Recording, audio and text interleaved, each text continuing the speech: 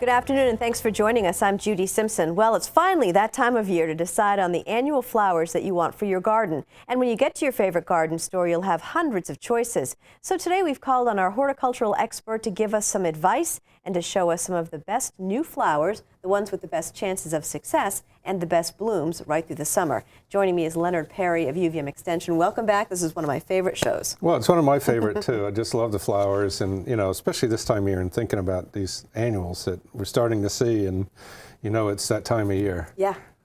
So you have lots of great photos. Yeah, each year I trial over 100 new annual flowers down at the Burlington Waterfront Park. Now it's a collaboration with the Parks and Recreation in Burlington, who helps plant and prepare the beds and then maintain. And then what I do is, I put out the labels and then go into the year and rate those. And we have a list at the end of all the flowers. And so we're going to start with some of the gardens.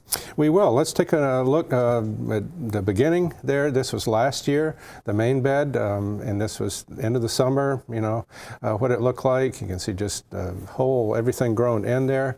And this is just a close-up showing, and we'll actually take a look at a couple of these plants, but you can see how it just really fills in. We use about 9 plants of each or so, and then this was that same bed, if you go back when it was planted, so you can really see how that grows in there. It's just fun to see the before and after. It's incredible. And it's fun to see previous years too, how it changes. This was in the end of 2012. You can see a whole different palette of plants for the most part, and then these sun-loving impatiens we'll take a look at, and some other things back in 2011.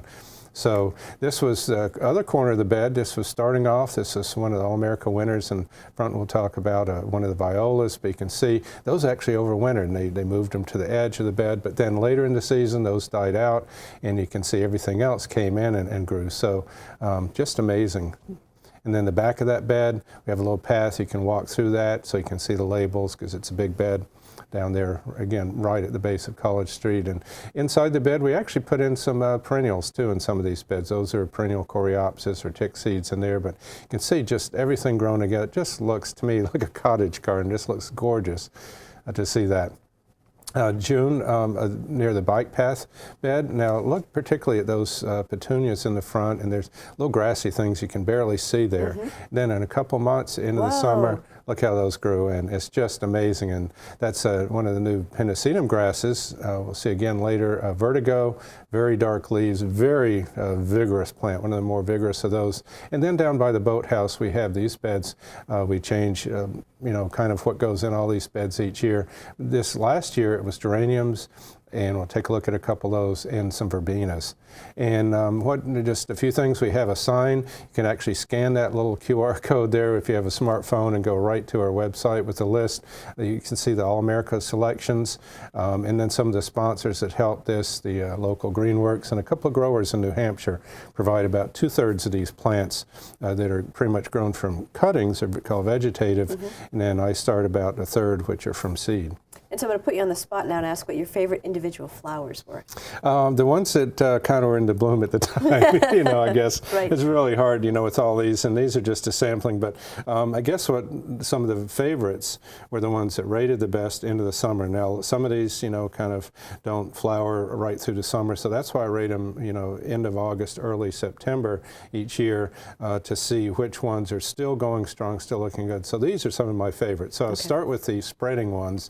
They're under a foot high, maybe usually 6 to 8 inches. I'm not really a pink kind of person usually, but this one, over several years, we've had Vista Bubblegum Petunia. It's just really a neat color. It looks kind of like that old-fashioned bubblegum.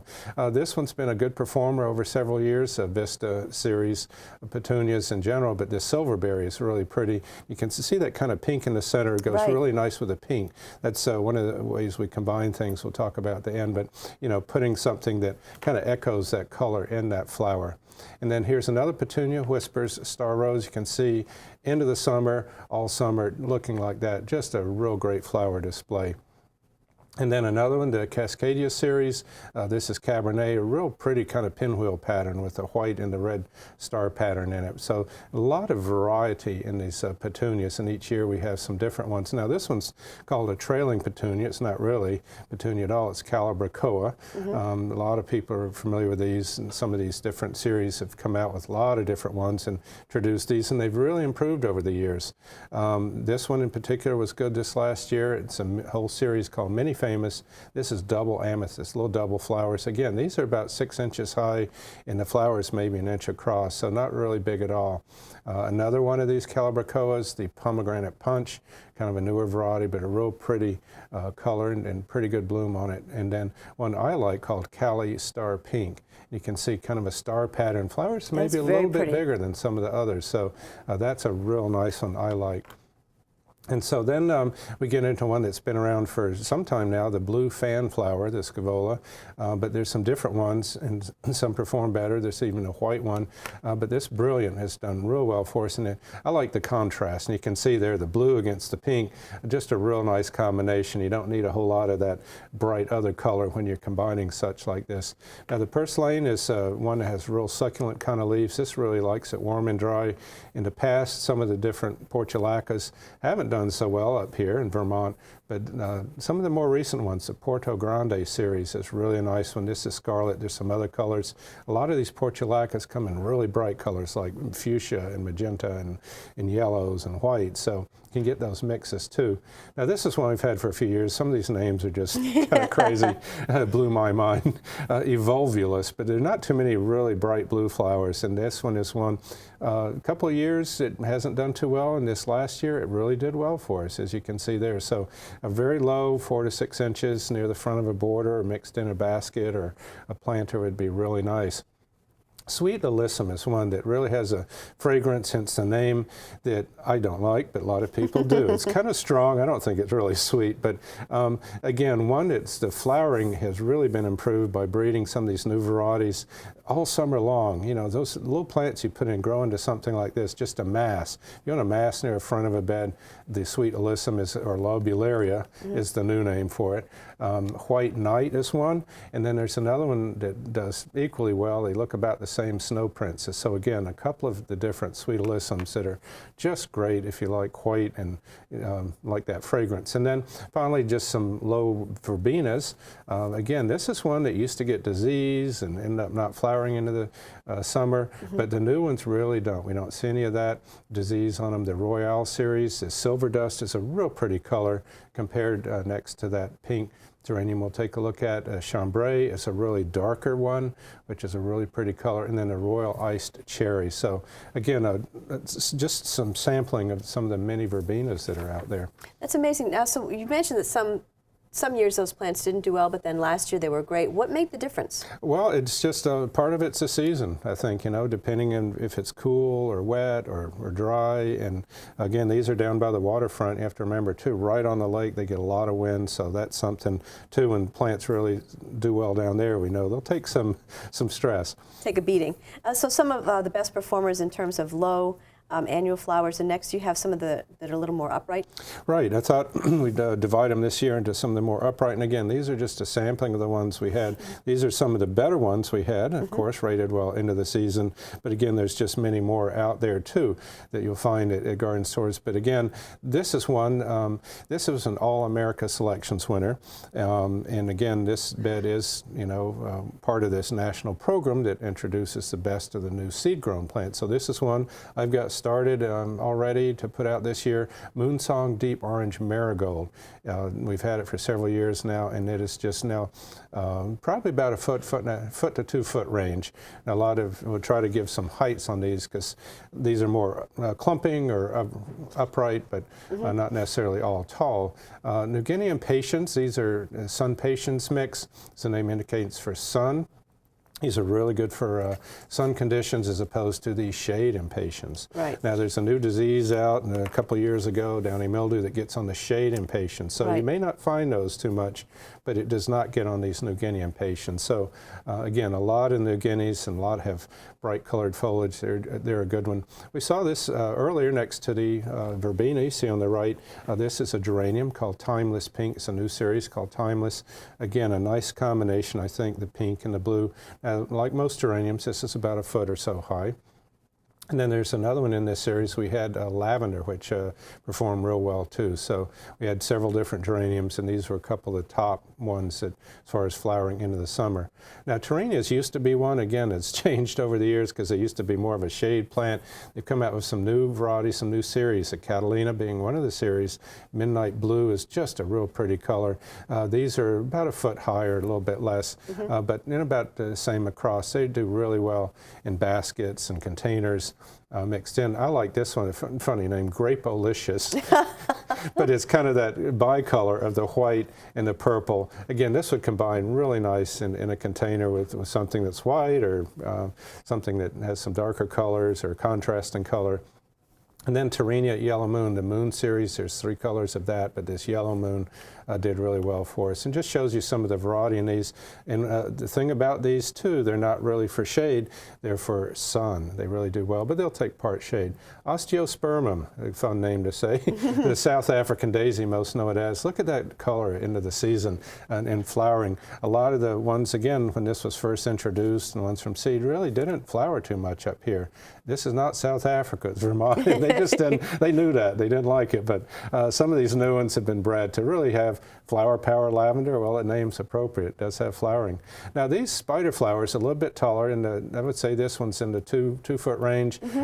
Cleo is one we haven't had before. You notice it's a little bit more open. You see nice colors, and the flowers are all in little groups and clusters. They kind of individually look like little spiders, hence the name spider flower. But then one that's a little bit more dense is Senorita Rosalita. That's another fun one to say. But again, I would say the 2-foot to 30-inch range, but really dense mass. And then there's a white version of that too, the Senorita Blanca. So again, some spider flowers for really, if you want a nice backdrop. It's not a whole lot tall in annuals these days. They seem to breed them lower, but these are a couple of good ones for a background. And salvias, there are mainly 3 types of salvias, but this is, a lot of people know the scarlet sage one. It's bright red. This is a version that's purple called Lighthouse Purple. It's a Lighthouse series. There's a red version of that too, and there's some pink and white salvias, but that's one type. Another type is this one. Has very small flowers, and this is probably about 18 inches or so. A new mix, and this is a All-America winner from a couple of years ago, Summer Jewel Pink, and there's a red version of that. Of course, with these little flowers, this is great for hummingbirds. I've got a bunch I put around the hummingbird feeders and raised beds. They really like that. So Summer Jewel series, and there are several different versions of this upright salvia. And there's just a whole host of different species, and in the middle there's a blue one that's a different type of salvia as well. There's a taller one called Black and Blue, but you see the red one on the left, and then that Vertigo is a nice background, again, tall, grassy one that we saw originally, so to really set those flowers off. So again, a nice way to combine things. And finally, a couple of more upright ones that are only about a foot or so, maybe a little taller, high. The Angelonias, they're often called summer snapdragons, even though they're not at all, but they look kind of like that, just a dwarfer version. But again, one that most people didn't know a few years ago, but there's some really nice ones. The Angel Face series has been really good for us over the years. There's a pink, and then there's a Wedgwood Blue, which has a nice blue and white, and you can see some white flowers in the background. You can do petunias, impatiens, whatever, that would go really nice with that. Now, we don't want to have to stand by and miss our foliage friends, because some plants that you feature, it's all about the foliage. Well, we've seen some foliage already, and I just brought a sampling that we had last year, so you take a look at a few of the different foliage ones. Of course, coleus have really changed over the years. These like sun now. There are some you can still get for shade, so watch. See if the ones you get, and if you start from seed, a lot of those are still good for shade. But a lot of these new ones, just a couple samples there, and then you see it compared to the salvia in the background. One of the newer grasses, a Pennisetum called Fireworks, a lower, maybe about 15, 18 inches high, and bright red. And then we have a cardoon related to the artichoke, really nice foliage on that, a really standout specimen plant. And then we have a kale, ornamental kale, which was an All-America winner, and that looks really great, goes right through the fall and turns a really nice purple color. And then finally, we have a colocasia, which is called elephant ears, looks kind of like it. Yeah, I got to try one of those this year. Now, do you have any recommendations for folks about putting things together in the garden? Stick color schemes? Basically, personal preference. You can mass them, and then as we showed in a lot of these, you just see what looks good together when you're buying these, and then put them in the container, just allow enough room. And if people want more information, obviously your website's a great resource. On my website, you can go right to the waterfront park under the research there, and you can see the lists from this last year, how they rated, some pictures, and from previous years as well. So many hundreds of annuals there. All right. Thanks so much, Leonard. Thank you. That's our program for today. I'm Judy Simpson. We'll see you again next time on Across the Fence.